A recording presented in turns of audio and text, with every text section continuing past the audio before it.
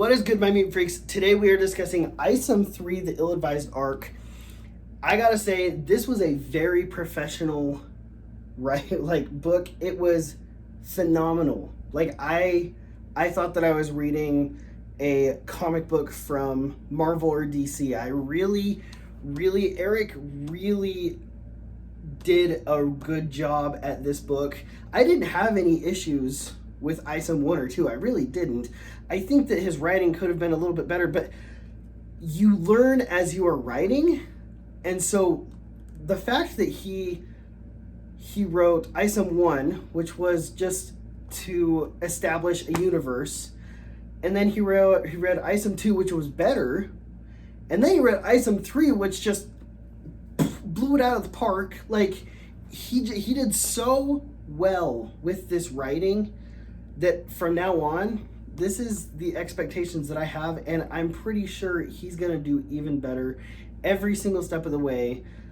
Congratulations, Eric. Now, let me say this. The questions that we had from Isom 1 and the questions that we had from Isom 2 are answered in this book. If you had issues with Isom 1 and 2, I promise you, number 3 completely just takes that away.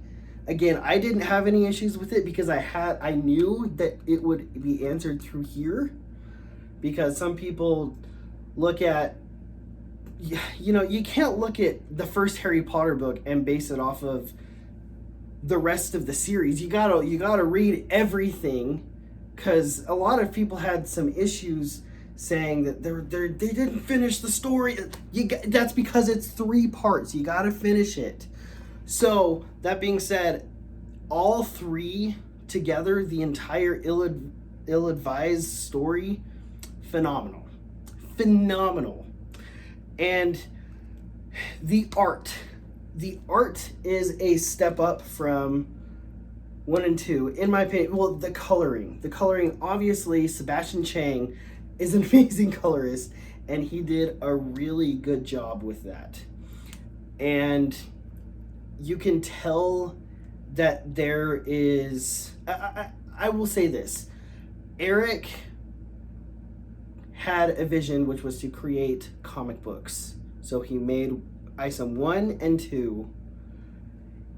There is so much thought and heart in Isom 3. And obviously there is, you can tell that Eric cares a lot about this character, about his universe, about his writing.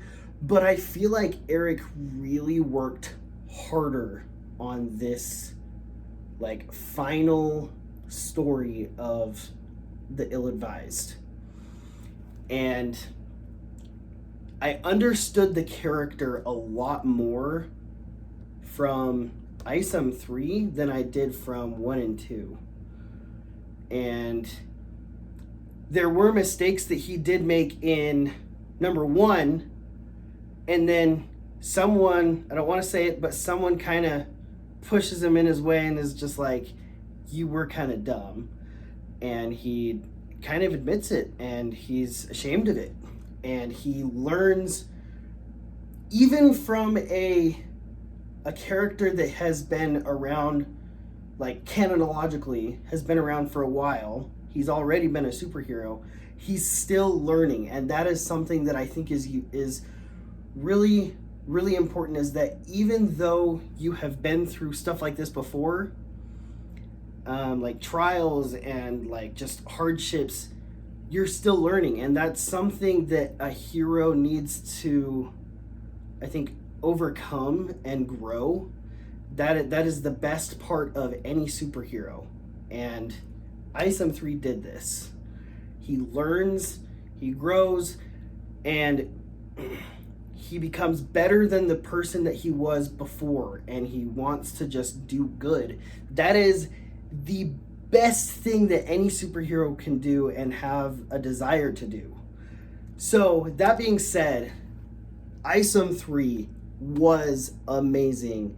And if you didn't like Isom 1 and 2, you need to finish the ill-advised arc with number 3, and then make that decision if you didn't like 1 and 2. Be stern, be great, and as always, do better, and we will talk to you guys later.